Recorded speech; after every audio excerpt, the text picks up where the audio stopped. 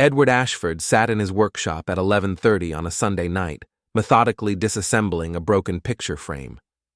The photograph inside showed him and Vanessa on their wedding day, her smile radiant beneath the Connecticut autumn leaves. Now, 5 years later, that smile had become a weapon she wielded with surgical precision. "My wife thinks she's the chess master," Edward muttered to himself, setting aside the splintered wood. "I'm just the board. She's about to discover boards can have splinters." The manila folder on his workbench contained 4 months of careful documentation. Hotel receipts, credit card statements, GPS logs from the tracking device he'd installed on her car after the third suspicious business trip. Everything pointed to the same conclusion. Vanessa was having an affair with his stepfather, Richard Ashford. Senior Edward's construction business had taught him patience. You don't demolish a building without understanding its structure first. You don't swing a sledgehammer without knowing what lies behind the wall, and you certainly don't confront a cheating wife without securing your assets. His phone buzzed.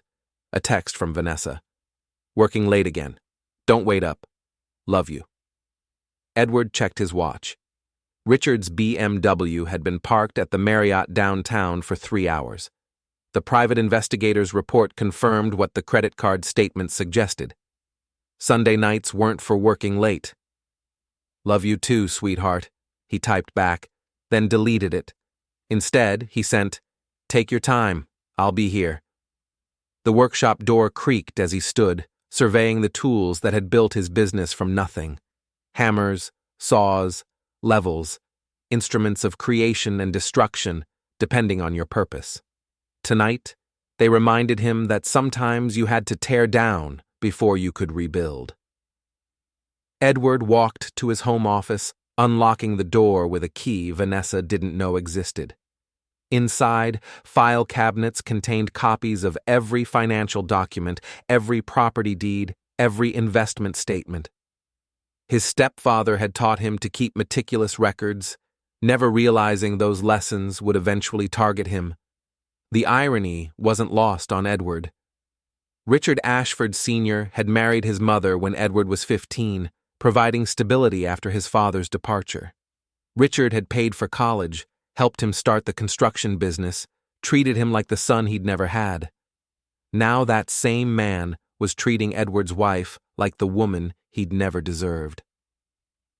Edward pulled out the asset transfer documents Douglas Whitmore had prepared. His family attorney and college roommate had been skeptical at first. "You want to move everything into your name?" Doug had asked during their meeting at his law office. "Eddie, that's aggressive. What if she notices?" "She won't," Edward had replied. "She signs whatever I put in front of her. Always has." The strategy was elegant in its simplicity. Connecticut law allowed asset transfers between spouses without triggering tax consequences. Vanessa's signature on routine paperwork could relocate their entire financial foundation before she realized what had happened. Edward spread the documents across his desk. The house, purchased with his construction business profits, but titled jointly. The investment accounts, funded primarily by his income, but accessible to both parties. The business itself, technically shared property despite her minimal contribution. Tomorrow, while Vanessa recovered from her evening with Richard, Edward would begin the transfer process. She'd sign the papers during her Monday morning rush, distracted by weekend memories and workday preparations. By the time she discovered his knowledge of the affair, every asset would be beyond her reach. His computer chimed with an email from Alastair Greer, the private investigator. New photographs from tonight's surveillance. Edward opened the attachment, studying images of his wife and stepfather entering the hotel room. Vanessa wore the red dress he'd complimented that morning, the one she claimed was too fancy for work. Edward saved the photographs to an encrypted folder, adding them to the collection that would soon reshape 3 lives. Evidence wasn't just about proving infidelity. It was about controlling the narrative when confrontation became inevitable. The grandfather clock in the hallway chimed midnight. Vanessa would return by 1, slipping into bed with practiced quiet, believing her husband slept soundly beside her. Edward had perfected the art of feigning sleep, breathing slowly while she showered away evidence of her evening. He locked the office and returned to the workshop, where the broken picture frame waited. Instead of repairing it, Edward fed the pieces into his wood chipper, watching 5 years of marriage transform into mulch. Some things couldn't be fixed. They could only be recycled into something useful. The sound of gravel in the driveway announced Vanessa's return. Edward switched off the workshop lights and headed upstairs, settling into bed just as her key turned in the front door lock. Her footsteps crossed the hardwood floors with careful precision, each movement calculated to avoid detection. She paused outside the bedroom door, probably listening for signs of consciousness. Edward maintained steady breathing, his eyes closed but his mind racing through tomorrow's preparations. Bernard Finch, his locksmith friend, would arrive at noon with new cylinders for every exterior door. The moving company would extract Vanessa's belongings by 2 o'clock. Douglas would serve the divorce papers by 3. Vanessa slipped into the bathroom, running water to mask the sounds of her post-affair routine. Edward wondered if she felt guilt or simply satisfaction at her successful deception. Soon, the distinction wouldn't matter. The shower started, steam creeping under the bathroom door. Edward opened his eyes, staring at the ceiling where shadows danced in the moonlight. Tomorrow would begin the dismantling of everything they'd built together. Unlike his construction projects, this demolition would leave no foundation for rebuilding. Vanessa emerged from the bathroom wearing the silk nightgown he'd given her for their anniversary. She slid into bed beside him, her skin carrying the faint scent of hotel soap and Richard's cologne. Edward resisted the urge to recoil, maintaining the illusion of sleep while she settled against her pillow.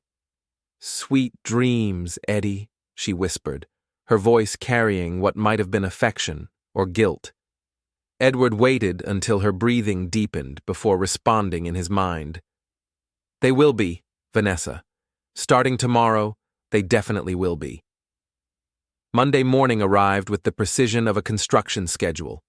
Edward woke at 5:30, showered, and prepared coffee while Vanessa slept off her evening activities. The asset transfer documents waited in his briefcase, nestled between routine business papers and utility bills. Vanessa appeared in the kitchen at 7, looking refreshed despite her late night. She wore a charcoal business suit that emphasized her authority as Human Resources Director at Hartford Financial Services. Edward had always admired her professional competence, never suspecting she'd apply those skills to managing multiple relationships. "Morning, sweetheart," she said, kissing his cheek while reaching for her travel mug. "Sorry about last night. The Peterson merger is consuming everything." Edward nodded sympathetically, buttering toast he didn't want. "Big deals require big commitments. I understand." The Peterson merger had concluded 6 weeks ago. Edward knew because he'd attended the celebration dinner where Vanessa received recognition for her role in the acquisition.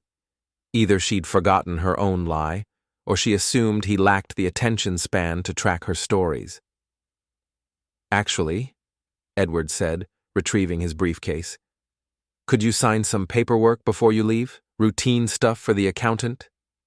Vanessa glanced at her watch, calculating the time required for signature versus the importance of punctual arrival at work. "What kind of paperwork?" "Property assessments, insurance updates, business filings," Edward replied, spreading documents across the kitchen counter. "Doug says we need everything current for tax purposes." The first document transferred the house deed entirely into Edward's name, removing Vanessa as joint owner.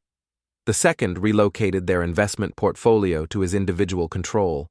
The third restructured his construction business as a sole proprietorship, eliminating her community property claims. Vanessa signed each page without reading, her attention focused on the smartphone displaying her morning schedule. Edward watched her pen move across signature lines, each stroke reducing her financial position by hundreds of thousands of dollars. "There's one more," Edward said, producing the final document. This one transferred their joint checking and savings accounts into his name exclusively, leaving Vanessa access only to her individual 401k and personal checking account.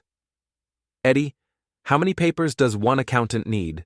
Vanessa asked, but she signed anyway, her pen flowing across the authorization line with practiced efficiency.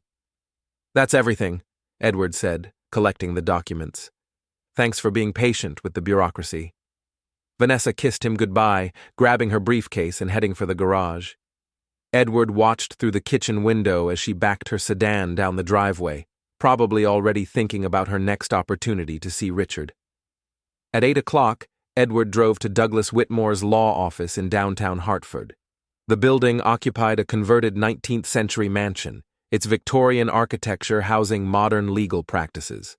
Doug's office overlooked the Connecticut River, where morning fog drifted between the bridges like ghosts of better times. "You got them all signed?" Doug asked, examining the documents Edward placed on his mahogany desk. "Everyone," Edward replied, settling into a leather chair that had probably witnessed 1,000 divorces. She never even paused to read the fine print. Doug shook his head, his expression mixing admiration with concern. "Eddie, this is nuclear. Once these file with the state, there's no walking it back. You're sure about the affair?" Edward produced his phone, showing Doug the latest photographs from Alistair's surveillance. "They're not discussing quarterly projections in that hotel room." "Jesus," Doug muttered, studying the images. "Your own stepfather. That's twisted even by divorce court standards." "Richard always said business was about identifying opportunities," Edward said. "Apparently my wife represented an opportunity he couldn't resist." Doug initiated the filing process, his computer uploading documents that would reshape Edward's legal status within hours. "The transfers will be official by noon. After that, she'll need your signature to access anything significant." "How long before she realizes what happened?" "Depends when she tries to use a joint account or checks property records," Doug replied. "Could be days, could be weeks. Most people don't monitor that stuff closely." Edward had considered the timeline carefully. Vanessa rarely accessed their joint accounts directly, preferring to use credit cards for daily expenses. She might not discover the transfers until the next mortgage payment, which wasn't due for 3 weeks. "What about the divorce papers?" Edward asked. "Ready for service," Doug said, producing a thick envelope. "Grounds of irreconcilable differences, with asset division already determined by your new ownership status. She'll get her 401k and personal accounts, but everything else stays with you." The papers represented more than legal dissolution. They were Edward's declaration of war against two people who'd underestimated his intelligence and overestimated their discretion. Edward drove home to find Bernard Finch's van parked in his driveway. The locksmith was examining the front door hardware, his toolkit spread across the porch steps like surgical instruments. "Morning, Eddie," Bernard called, his Boston accent thick despite 20 years in Connecticut. "Ready to secure the perimeter?"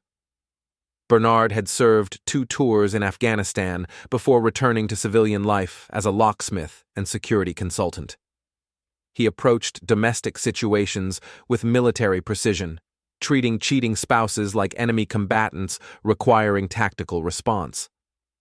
"Every exterior door," Edward confirmed. "Windows too, if you think it's necessary." "Windows are fine," Bernard replied, drilling out the existing lock cylinder. "She's not going to rappel through a second-story window. Front door, back door, and garage entry will contain the situation." The new locks were high-security models that couldn't be picked or bumped by amateur enthusiasts. Bernard installed them with the efficiency of someone who'd secured countless homes during domestic disputes. "You want me to stick around when she shows up?" Bernard asked, testing the final lock mechanism. "That won't be necessary," Edward replied. "This isn't about intimidation. It's about establishing boundaries." Bernard packed his tools, leaving Edward with 5 new keys and the satisfaction of knowing Vanessa's old keys were now useless metal. The house had become his exclusive domain, protected by law and reinforced by precision hardware. At 2 o'clock, the moving company arrived with boxes and packing materials. Edward had hired them to extract Vanessa's personal belongings, not out of cruelty, but from practicality. Her clothes, books, and personal items needed to be accessible when she discovered her changed circumstances. The movers worked with professional efficiency, filling boxes with items that represented 5 years of shared life. Vanessa's law school textbooks, her collection of vintage scarves, the exercise equipment she'd used twice before abandoning it to the spare bedroom. Edward supervised the process, ensuring nothing valuable or legally ambiguous left the house. Vanessa's jewelry stayed, since he'd purchased most of it. Her laptop remained, containing potential evidence of her affair. Only truly personal items made it into the moving boxes. By 4 o'clock, Vanessa's belongings occupied neat rows on the front lawn, each box labeled with her name and covered by waterproof tarps. The arrangement looked deliberate rather than vindictive, suggesting organization instead of rage. Edward's phone buzzed with a text from Alastair. "Subjects meeting at downtown Marriott again. Same room as last night." Perfect timing. Vanessa and Richard were creating fresh evidence while Edward completed his preparations. Their passion was becoming his advantage, their discretion proving inadequate against professional surveillance. Edward walked through his house, noting the absence of Vanessa's presence. Closets that had been crowded now offered breathing room. Bathroom counters no longer hosted an arsenal of cosmetics and skincare products. The house felt larger, cleaner, more definitively his. At 6 o'clock, Edward ordered pizza and opened a beer, settling into his recliner to wait for Vanessa's return. The divorce papers sat on the coffee table beside her house keys, which would no longer function in any lock that mattered. The grandfather clock chimed 7, then 8, then 9. Edward imagined Vanessa and Richard extending their evening, perhaps celebrating another successful deception. They had no idea their celebration was premature, their success about to transform into comprehensive failure. At 10:15, headlights swept across the living room windows. Edward muted the television and listened as Vanessa's car door slammed in the driveway. Her footsteps approached the front door with the confidence of someone returning to her own home. The key turned. Nothing happened. Edward heard her try again, probably assuming she'd inserted it incorrectly. The third attempt came with more force, metal scraping against metal as she fought the unresponsive lock. Edward smiled, settling deeper into his recliner. The education of Vanessa Ashford was about to begin. Vanessa's key rattled against the lock with increasing frustration. Edward counted 5 attempts before she resorted to knocking, her knuckles striking the door with sharp, demanding percussion. "Eddie? Eddie? Something's wrong with my key!" Edward finished his beer before responding, taking his time crossing the hardwood floor. Through the frosted glass panels, he could see Vanessa's silhouette shifting impatiently on the porch. He opened the door, leaning against the frame with casual comfort. "Evening, sweetheart. How was work?" "My key doesn't work," Vanessa said, holding up the useless metal. "Did you change the locks?" "I did," Edward replied, making no move to invite her inside. "Security upgrade. Bernard recommended high-grade cylinders after those break-ins on Maple Street." Vanessa's expression shifted from confusion to suspicion. "Why didn't you give me new keys?" "I was waiting for you to come home," Edward said. "Thought we should discuss some things first." For the first time, Vanessa noticed her belongings arranged on the lawn. Boxes and suitcases formed neat rows across the grass, covered by tarps that gleamed under the porch light. "What the hell is this, Eddie?" Edward stepped aside, gesturing toward the coffee table where divorce papers waited beside her old keys. "Why don't you come in and find out?" Vanessa entered cautiously, her eyes scanning the room for changes beyond the obvious absence of her possessions. She approached the coffee table like someone defusing a bomb, recognizing the legal documents before reading their contents. "Divorce papers?" she whispered, sinking onto the couch. Eddie, what's going on? Is this about me working late? I know I've been distracted, but the Peterson merger… The Peterson merger concluded 6 weeks ago, Edward interrupted, settling into his recliner. I attended the celebration dinner, remember? You received that Crystal Award for outstanding contribution to the acquisition process. Vanessa's face went pale. I meant the Henderson acquisition. There are so many deals. There is no Henderson acquisition, Edward said calmly. I checked Hartford Financial's public filings this morning. No pending mergers, no major acquisitions, no projects requiring Sunday night strategy sessions at downtown hotels. The silence stretched between them like a chasm neither could cross. Vanessa stared at the divorce papers, probably calculating how much of the truth Edward had discovered. I know about Richard, Edward said quietly. Vanessa's head snapped up. What about Richard? I know about the Sunday dinners that became Sunday evenings. I know about the business trips that included no business. I know about the Marriott downtown, room 412, charged to his corporate card every weekend for the past 4 months. Edward produced his phone, displaying the surveillance photographs Alistair had captured. Vanessa and Richard entering the hotel. Vanessa and Richard in the lobby bar. Vanessa and Richard sharing intimate conversation over wine that cost more than most people's weekly salary. Eddie, I can explain… Please don't, Edward said. Explanations require truth, and you've demonstrated remarkable creativity in avoiding that commodity. Vanessa set down the divorce papers, her hands trembling slightly. This is insane. You're acting like some kind of stalker, following me around, taking pictures. I hired professionals, Edward corrected. Alistair Greer, former investigative journalist, current private investigator. Very thorough, very discreet, very expensive. Worth every penny for the education he provided. Edward stood, walking to the window that overlooked the front lawn. Vanessa's belongings looked smaller under the outdoor lights, reduced to the essential elements of a life that no longer included this house. You want to know what really bothers me? Edward asked, not turning around. It's not the affair itself. People fall out of love, find new attractions, make mistakes. It's the calculation behind it. You didn't just cheat, you orchestrated a campaign of deception that required planning, scheduling, and constant lies. Eddie, please. You synchronized your calendar with his. You created fictional projects to explain your absences. You purchased lingerie specifically for your encounters, charged to credit cards you thought I couldn't access. Edward turned to face her. That's not passion, Vanessa. That's project management. Vanessa stood, pacing to the fireplace where their wedding photos had been displayed until this morning. So what now? You divorce me, keep everything, and I'm supposed to disappear quietly? You can disappear however you choose, Edward replied. Quietly, loudly, dramatically. Your departure style is entirely your decision. What about our assets? The house, the investments, the business? Edward smiled for the first time since she'd arrived. What about them?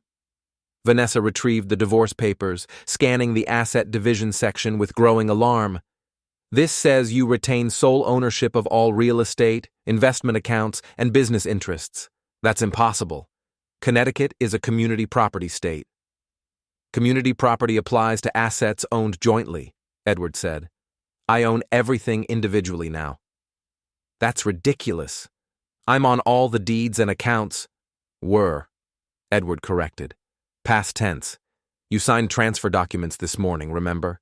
Routine paperwork for the accountant? The realization hit Vanessa like a physical blow. She sank back onto the couch, the divorce papers scattered around her feet. You tricked me into signing away my rights? I presented you with legal documents that you signed without reading, Edward said. Just like you've signed every piece of paperwork I've ever given you. I counted on your consistent pattern of trusting me to handle financial details. Vanessa's shock was transforming into anger, her voice rising with each word. You can't do this. I'll contest the transfers, claim fraud, prove you deceived me. With what evidence? Edward asked. You'll testify that you signed documents without reading them, that you trusted your husband to act in your best interests, that you were distracted by work commitments that didn't exist? Edward walked to his desk, retrieving a thick folder. I have 4 months of documentation proving your affair. Hotel receipts, credit card statements, GPS tracking data, surveillance photographs, and recorded phone conversations. Your credibility in court would be problematic. You recorded my phone calls? Connecticut is a one-party consent state, Edward explained. I can legally record any conversation I participate in, including the ones where you lied about working late, traveling for business, or attending fictional client meetings. Vanessa stood abruptly, her composure finally cracking. This is insane. You've been stalking me, recording me, planning this for months. 4 months and 6 days, Edward said, since the night you came home wearing Richard's cologne and claimed you'd been reviewing contracts in the office. I want a lawyer. Excellent idea. I recommend someone specializing in adultery cases since that's your primary legal challenge. Edward handed her a business card. Douglas prepared a list of qualified attorneys who weren't involved in drafting our prenuptial agreement. Vanessa stared at the card. We don't have a prenuptial agreement. We do now, Edward said. Retroactive asset protection, filed this morning along with your transfer authorizations. Perfectly legal when both parties sign voluntarily. I never signed a prenuptial agreement. Edward retrieved another document from his folder. 3rd page of this morning's paperwork, disguised as an insurance beneficiary update. Your signature appears right below the clause protecting my business assets from community property claims. Vanessa grabbed the document, scanning the dense legal language she'd ignored that morning. Her signature appeared exactly where Edward indicated, authorizing terms that would have horrified her if she'd bothered to read them. You're a monster, she whispered. I'm a construction contractor who learned to read the fine print, Edward replied. Richard taught me that lesson when I was 16. He said, successful people always understand what they're signing. Edward opened the front door, cool evening air flowing into the overheated room.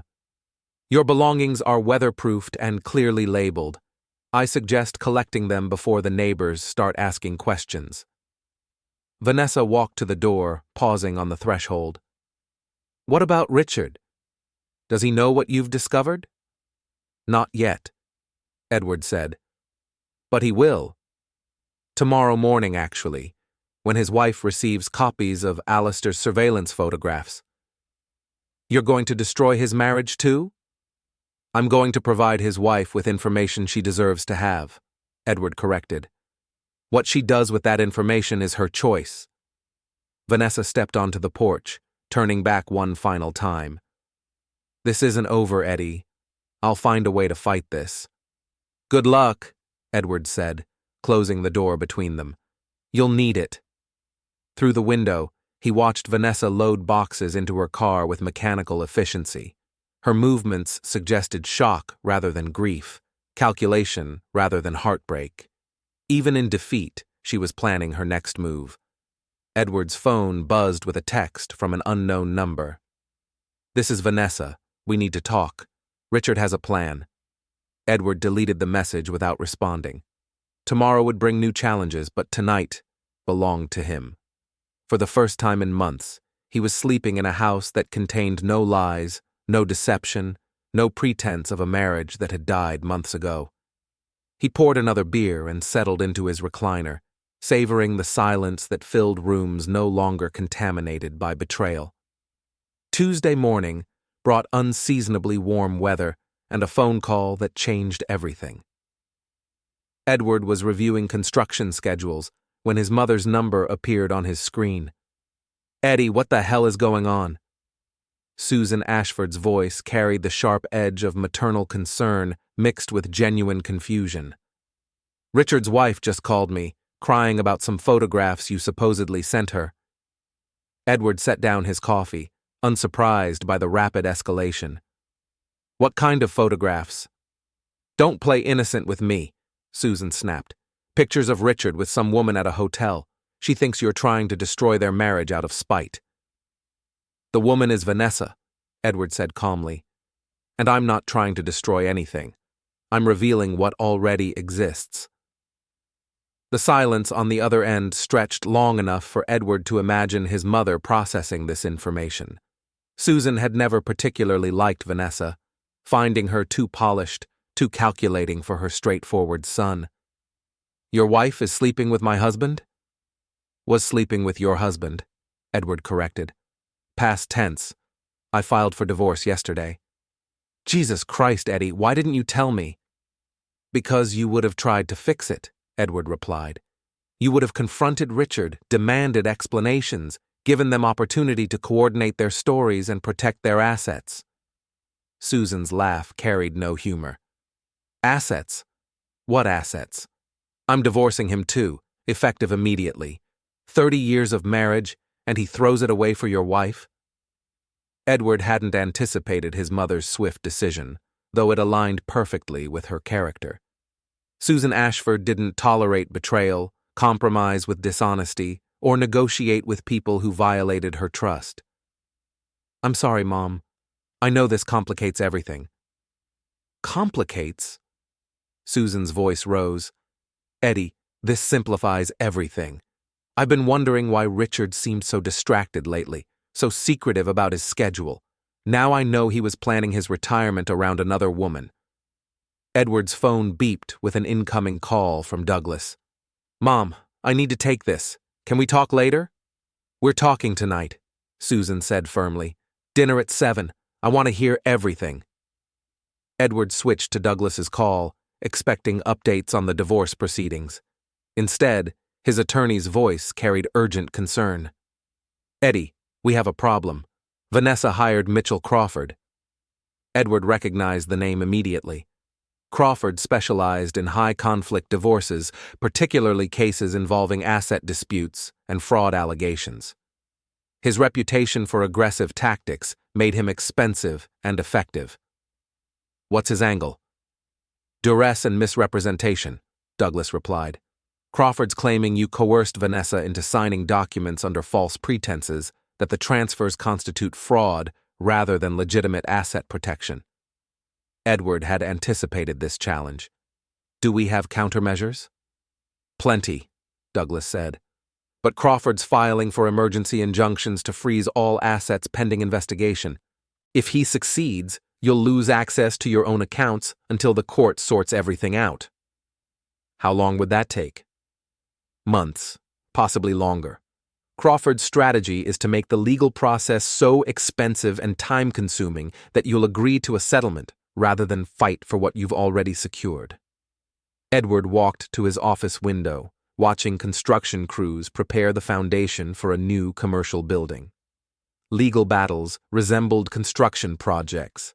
Success required proper planning, quality materials, and patience to see the process through completion. "What do you recommend?" "Accelerated proceedings," Douglas said. "We file our evidence immediately, request expedited hearings, and force Crawford to defend his client's adultery rather than attack your asset protection strategies." "Do it," Edward said. "And Doug, make sure the court understands that Vanessa's affair wasn't just adultery. It was a conspiracy involving financial planning and asset manipulation." After ending the call, Edward drove to his current job site, where his crew was installing hardwood flooring in a restored Victorian mansion. The repetitive work of construction usually calmed his mind, but today brought constant interruptions from his phone. First, Alistair called with updates from his continued surveillance. "Richard's moving money," the investigator reported. "Large transfers from business accounts to personal holdings, probably trying to hide assets before his own divorce proceedings begin." Then Bernard called with security concerns. "Someone tried to pick your front door lock last night," the locksmith reported. "Scratches on the cylinder, metal shavings on the porch. Amateur work, but persistent." Finally, Vanessa herself called from a blocked number.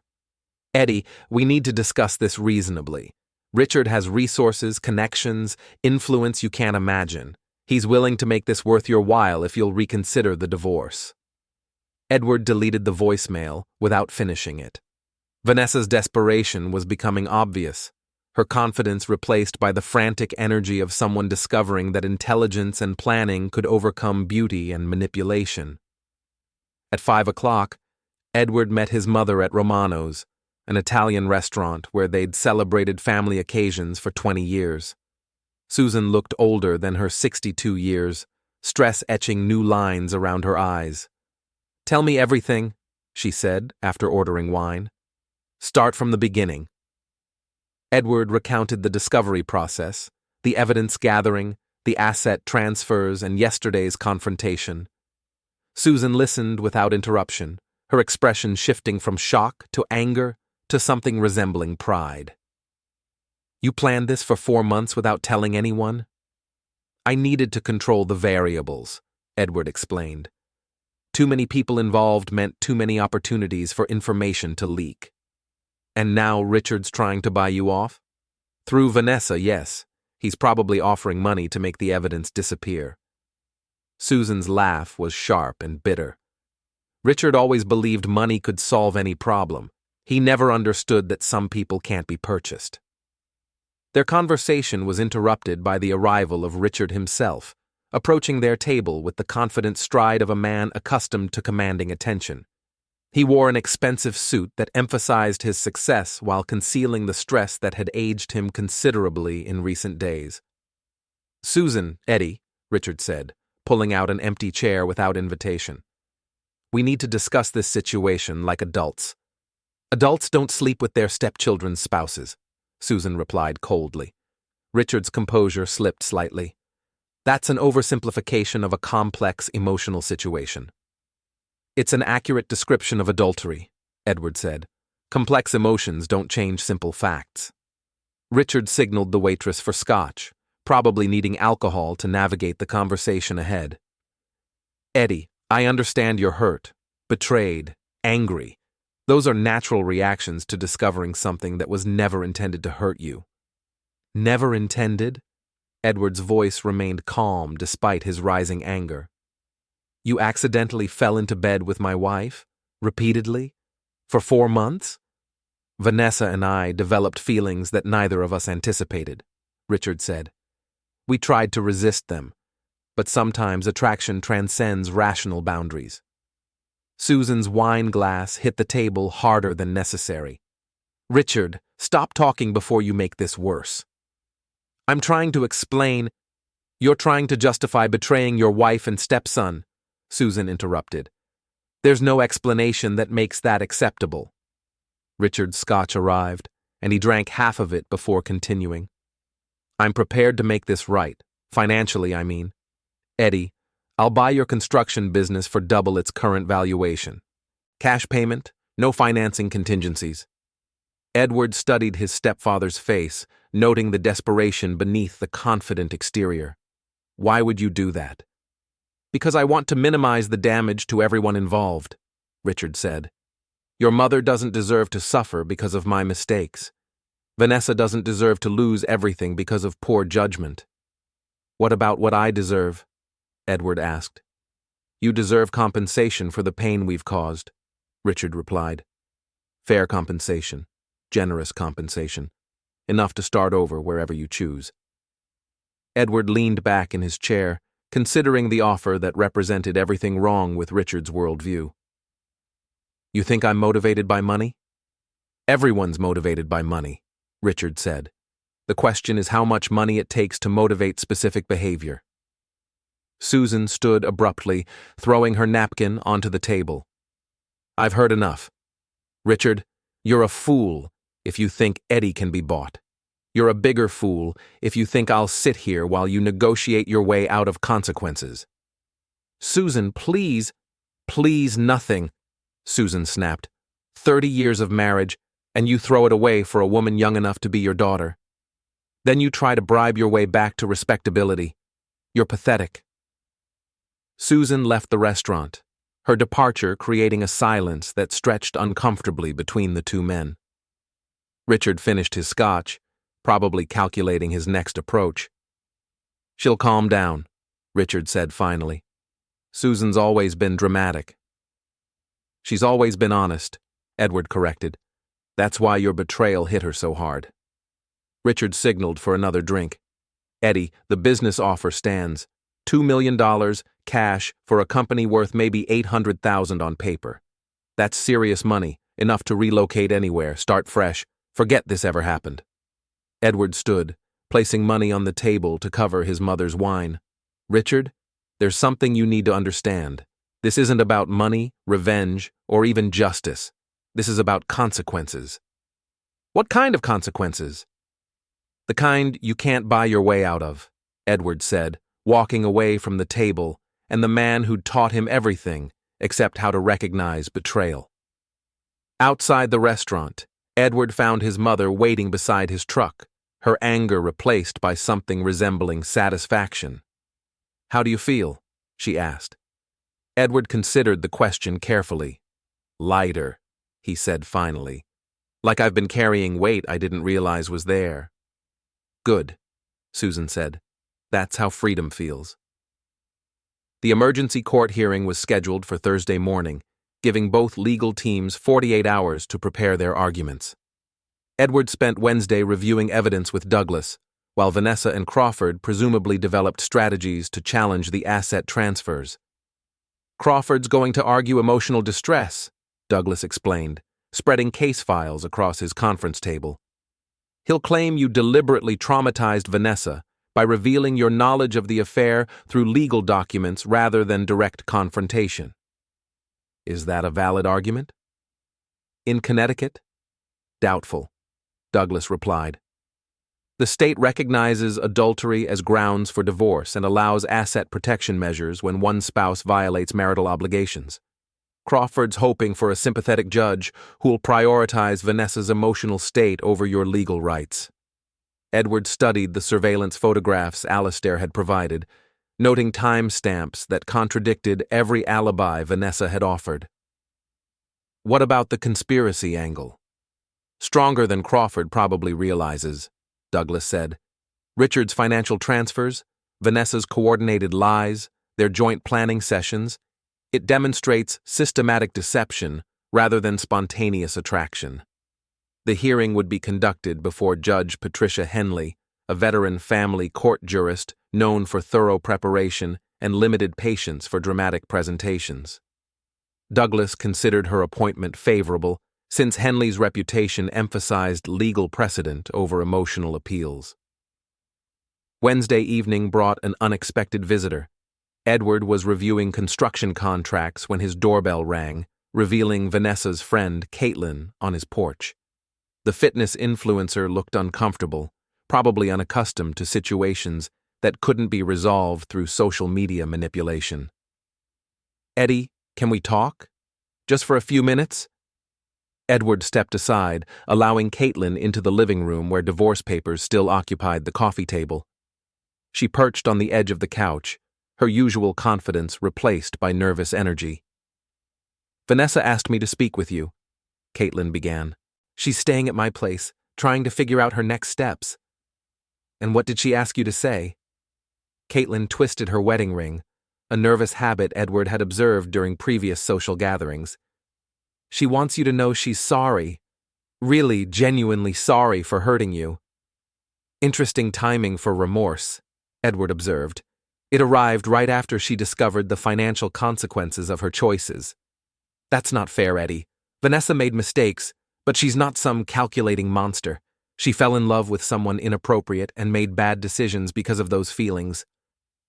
Edward settled into his recliner, studying Caitlin's face for signs of genuine belief in the words she was speaking. Did she fall in love before or after she researched Richard's net worth? What do you mean? Vanessa accessed Richard's financial records 3 weeks before their first hotel encounter, Edward said. I have computer logs showing she researched his investment portfolio, real estate holdings, and business interests. That's not love, Caitlin. That's due diligence. Caitlin's composure wavered. How could you possibly know that? Because I've been monitoring our shared computer network since I first suspected the affair, Edward replied.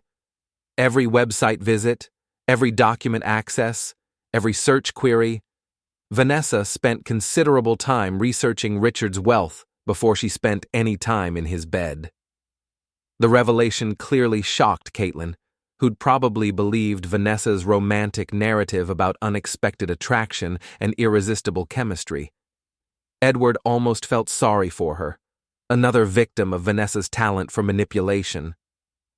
She also researched divorce laws, Edward continued, Connecticut's community property statutes, asset division precedents, alimony calculation methods. She was planning her exit strategy before she finalized her entrance strategy. Caitlin stood abruptly.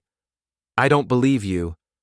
Edward retrieved his laptop, displaying browser history logs that documented Vanessa's research activities, legal websites, financial planning resources, private investigator services, a comprehensive education in divorce preparation. She was planning to leave me for Richard, Edward explained. The affair wasn't about passion. It was about upgrading to a wealthier husband. Richard represented financial security, social status, and freedom from a marriage she'd outgrown. Caitlin stared at the computer screen, probably recognizing the calculated nature of activities she'd assumed were romantic. Why are you showing me this? Because you're Vanessa's friend, and friends deserve to know who they're supporting, Edward said. Also because you're married to a successful man, and you should understand how easily trust can be weaponized against the people who offer it. Caitlin left without saying goodbye, probably rushing back to warn Vanessa that her victim possessed more information than anyone had realized. Edward didn't mind. Psychological pressure was part of his strategy, and Vanessa's growing isolation would weaken her position before tomorrow's hearing. Thursday morning arrived gray and rainy, weather that matched the courthouse's somber atmosphere. Edward met Douglas in the parking garage, both men carrying briefcases filled with evidence that would determine the next chapter of several lives. Remember, Douglas said as they approached the courthouse entrance. Answer only the questions asked, volunteer no additional information, and maintain calm regardless of Crawford's tactics. The courtroom was smaller than Edward had expected, with fluorescent lighting that made everyone look pale and tired. Judge Henley presided from an elevated bench, her gray hair and steel-rimmed glasses, suggesting someone who'd heard every possible variation of human betrayal.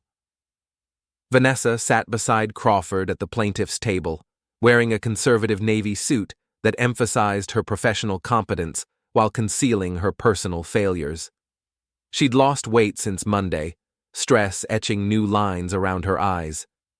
Crawford stood to address the court, his voice carrying the practiced authority of someone accustomed to commanding attention. Your Honor, this case represents a clear example of financial abuse disguised as asset protection. Mr. Ashford deliberately deceived his wife into signing documents that stripped her of all marital property rights. Mr. Whitmore? Judge Henley prompted. Douglas rose smoothly. Your Honor, Mr. Ashford legally transferred assets that he'd acquired primarily through his own labor, protecting those assets from a spouse who was systematically violating her marital obligations through adultery and conspiracy. Mr. Crawford, present your evidence. Crawford produced the transfer documents Vanessa had signed, emphasizing the complex legal language and the circumstances under which she'd provided her signatures. Mrs. Ashford signed these papers believing they were routine administrative documents. She was never informed of their true purpose or legal consequences. Judge Henley examined the documents carefully. Mrs. Ashford, did you read these papers before signing them? Vanessa stood, her voice barely audible. No, Your Honor. I trusted my husband to handle our financial affairs. Did he prevent you from reading them? No, Your Honor, but he presented them during my morning rush to work, when I was distracted by my schedule. Mr. Whitmore, your response? Douglas approached the bench with surveillance photographs and financial records. Your Honor, Mrs. Ashford was distracted by her schedule because that schedule included coordinating an extramarital affair with Mr. Ashford's stepfather. The photographs created a visible impact, Judge Henley studying each image with professional detachment. Vanessa's face reddened, while Crawford shifted uncomfortably beside her. Furthermore, Douglas continued, Mrs. Ashford's computer activity demonstrates that she was researching divorce procedures and asset division laws weeks before signing these documents. She was planning her own asset protection strategy while conducting her affair. Crawford objected, but Judge Henley overruled him, accepting the computer logs as evidence of Vanessa's state of mind and planning activities. Mrs. Ashford, Judge Henley said, were you planning to divorce your husband? Vanessa hesitated, probably calculating the legal implications of her answer. I was considering my options, Your Honor. Were those considerations related to your relationship with Mr. Richard Ashford? Another hesitation. Partially, Your Honor. Judge Henley reviewed the evidence for several minutes, the courtroom silent except for the rain against the windows. Finally, she looked up, her expression revealing nothing of her conclusions. Mr. Crawford, your client signed legal documents transferring assets to her husband. She admits she didn't read those documents, despite having the opportunity to do so. She also admits to conducting an extramarital affair and planning divorce proceedings while signing those documents. Crawford stood. Your Honor, Mrs. Ashford's personal conduct doesn't invalidate her property rights. Mr. Crawford, Judge Henley interrupted. Connecticut law allows asset protection measures when one spouse violates marital obligations. Mrs. Ashford's adultery constitutes such a violation, and her husband's response falls within legal parameters. Edward felt tension leave his shoulders as Judge Henley continued. The transfers are valid, the divorce petition is granted, and asset division will proceed according to current ownership status. Crawford made one final attempt. Your Honor, we request alimony consideration based on Mrs. Ashford's reduced circumstances. Denied, Judge Henley said firmly. Mrs. Ashford's reduced circumstances result from her own choices, not her husband's actions.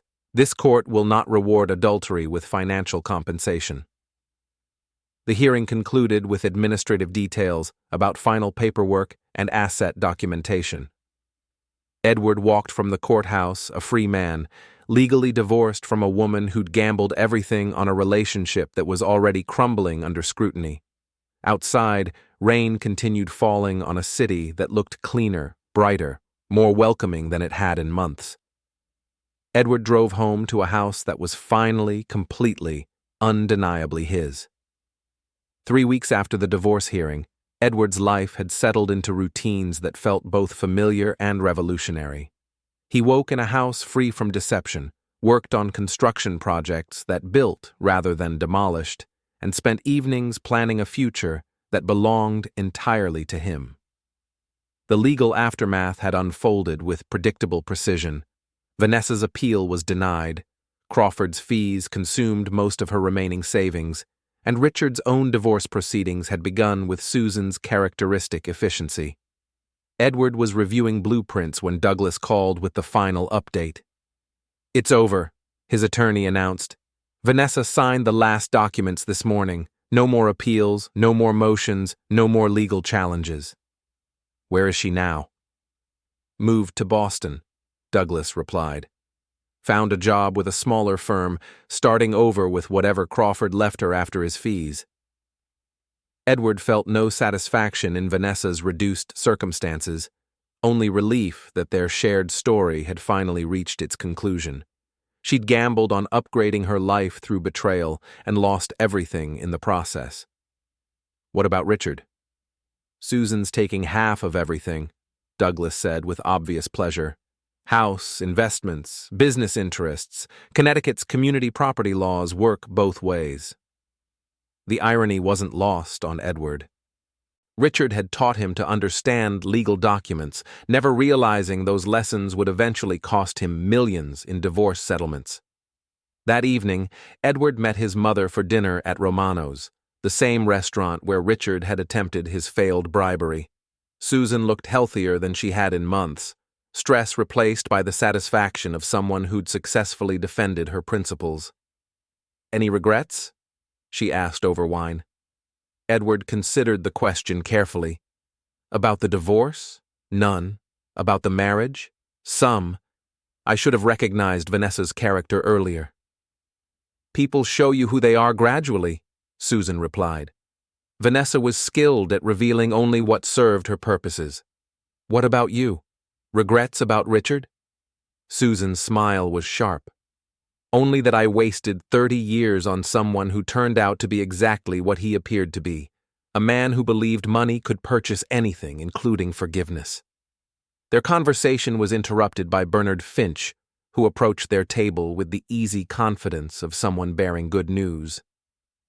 "Eddie, thought you'd want to know. Richard tried to hire me to change his locks yesterday. Did you take the job?" "Hell no," Bernard replied. "Told him I was booked solid through next year. Funny thing, though, he offered triple my usual rate." "Desperate people make generous offers," Susan observed. "Gets better," Bernard continued. "He's been asking around town for contractors willing to do security upgrades on his house. Nobody's taking his calls." Edward wasn't surprised. The construction community in their area was small and tightly connected. Word had spread about Richard's affair and the subsequent divorces, creating a reputation that made him unemployable among local tradesmen. After Bernard left, Susan raised her wine glass in a toast. "To consequences," she said. "To consequences," Edward agreed, clinking his glass against hers. The following Monday brought an unexpected visitor to Edward's job site. He was supervising foundation work when Alistair Greer approached, carrying a manila envelope that probably contained the final surveillance report. "Thought you'd want to see this," Alistair said, producing photographs from his envelope. "Took these yesterday at the Hartford train station." The images showed Vanessa boarding a train bound for Boston, carrying 2 suitcases and wearing clothes that suggested diminished circumstances rather than professional success. She looked older, tired, defeated by events she'd set in motion, but couldn't control. "She tried to hire me," Alistair continued. "Wanted surveillance on Richard, probably hoping to find evidence for her own legal proceedings." "Did you take the job?" "Conflict of interest," Alistair replied. "Besides, Richard's not worth investigating anymore. Susan's lawyers have already documented everything relevant to their divorce." Edward studied the photographs, feeling neither satisfaction nor sympathy for the woman who'd shared his life for 5 years. Vanessa had made choices that led inevitably to this moment, and consequences had arrived with mathematical precision. That afternoon, Edward drove past Richard's house for the first time since the confrontation at Romano's. The property looked neglected, with overgrown landscaping and newspapers accumulating on the front porch. A for sale sign stood crooked in the yard, suggesting Richard was liquidating assets to fund his divorce settlement. Edward's phone rang as he drove away. The caller ID showed Richard's number, which he'd been ignoring for weeks. Today, curiosity overcame caution. "Eddie, thank God you answered." Richard's voice carried desperation that would have been unthinkable months earlier. "We need to talk." "I don't think we do." "Please, just 5 minutes. I'm at the Oak Room. I'll buy you a beer. We'll discuss this like civilized people." Against his better judgment, Edward drove to the bar where he'd planned his strategy with Douglas. The Oak Room was nearly empty on a Monday afternoon, with only Richard occupying a corner booth beneath dim lighting that emphasized his haggard appearance. "You look terrible," Edward observed, sliding into the opposite seat. "I feel terrible," Richard replied. "Lost my wife, my house, half my business, and most of my friends, all for a woman who won't return my calls." Edward signaled the bartender for beer, then studied his stepfather's face. Richard had aged years in weeks, stress carving deep lines around his eyes and mouth. What did you expect would happen? I expected to handle it quietly, Richard said. Divorce Susan, marry Vanessa, start fresh somewhere else. I never anticipated your thoroughness. You never anticipated consequences, Edward corrected. You thought money and influence could insulate you from accountability. Richard's laugh was bitter. Money and influence used to be enough. Now I'm discovering their limitations. What do you want from me, Richard? Forgiveness, maybe. Understanding. Some acknowledgement that I'm not entirely evil, just stupid. Edward drank his beer, considering words that might provide closure for both of them. You're not evil, he said finally, but you're selfish, entitled, and incapable of considering how your actions affect other people. Fair assessment, Richard admitted. You taught me valuable lessons, Edward continued. How to read contracts, protect assets, plan for contingencies. I used those lessons to defeat you, which seems appropriate. Poetic justice? Simple justice, Edward replied, standing to leave. Take care of yourself, Richard. And next time you're tempted to betray someone's trust, remember how expensive it can be. Edward left the bar and drove home through streets that looked familiar again, no longer contaminated by secrets and lies. His house stood solid and welcoming, a foundation for whatever came next. That evening, he called his foreman Jake to discuss expanding the business. With his personal life settled, Edward could focus on growth opportunities that would employ more local workers and tackle larger construction projects. You sure you're ready to take on more responsibility? Jake asked. Running a bigger operation means less hands-on work, more administrative headaches. I'm ready, Edward replied. The past few months taught me I can handle more complexity than I realized. As summer faded into autumn, Edward's construction business flourished. His reputation for quality work and fair dealing attracted clients who valued craftsmanship over flash, substance over style. The divorce had freed him from Vanessa's expensive tastes and social climbing, allowing him to focus on work that satisfied his professional pride. On a crisp October morning, Edward stood in his workshop, assembling a new picture frame from oak lumber he'd milled himself. This one would hold a photograph of his construction crew celebrating their latest project completion. Honest work by honest people building something that would last. He thought briefly about Vanessa, probably struggling to rebuild her life in Boston. He thought about Richard, learning to live with consequences he'd never anticipated. Mostly, though, he thought about the future he was constructing one careful decision at a time.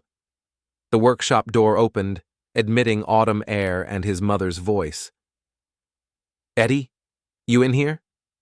Right here, Mom. Susan entered carrying coffee and wearing the satisfied expression of someone who'd successfully navigated a difficult transition. How are you feeling? Edward set down his tools, considering the question that had become their standard greeting. Good, he said. Really good. No regrets?